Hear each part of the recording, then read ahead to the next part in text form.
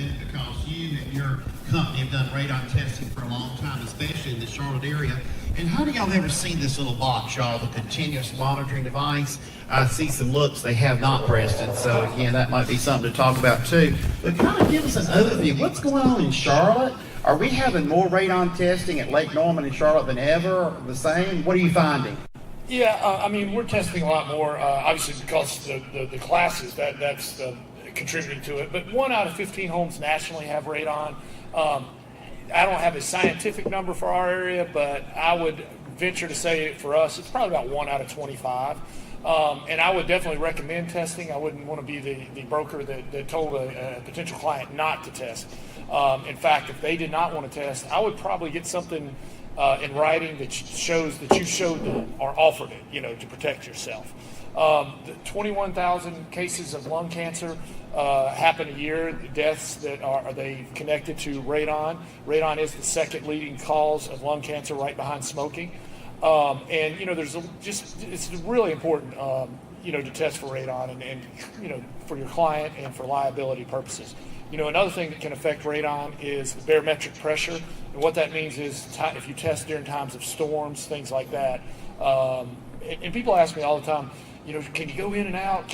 You can do your normal day-to-day stuff while you're testing for radon, but you can't just leave all your windows and doors open and that sort of thing and try to skew the test. And that's why Chip was talking about, the difference between a continuous monitor and a charcoal test. You can buy a charcoal test at Lowe's or Home Depot, or go to ncradon.org. Yeah, thank you.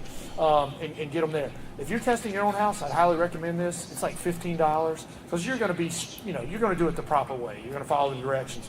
The problem with doing that in a real estate transaction is if you have an unscrupulous seller, they could take that charcoal, set it outside, put it in the freezer. I mean, you wouldn't believe some of the things they've done to try to skew the test. And the thing, when you have a continuous monitor, it's going to cost a little bit more money. But if it's moved, there's a tamper. Also, if they leave all the windows and doors open for a prolonged period of time, it shows a tamper. So that's going to be a lot more accurate as far as being tamper-proof and that sort of thing. What's the cost for this, Preston? What's the cost for this, Preston? I think we charge $185, but most companies are between $150 and $200. I recommend, getting a test with a charcoal every year, especially if you have a mitigation system. Now, Bill will get into that.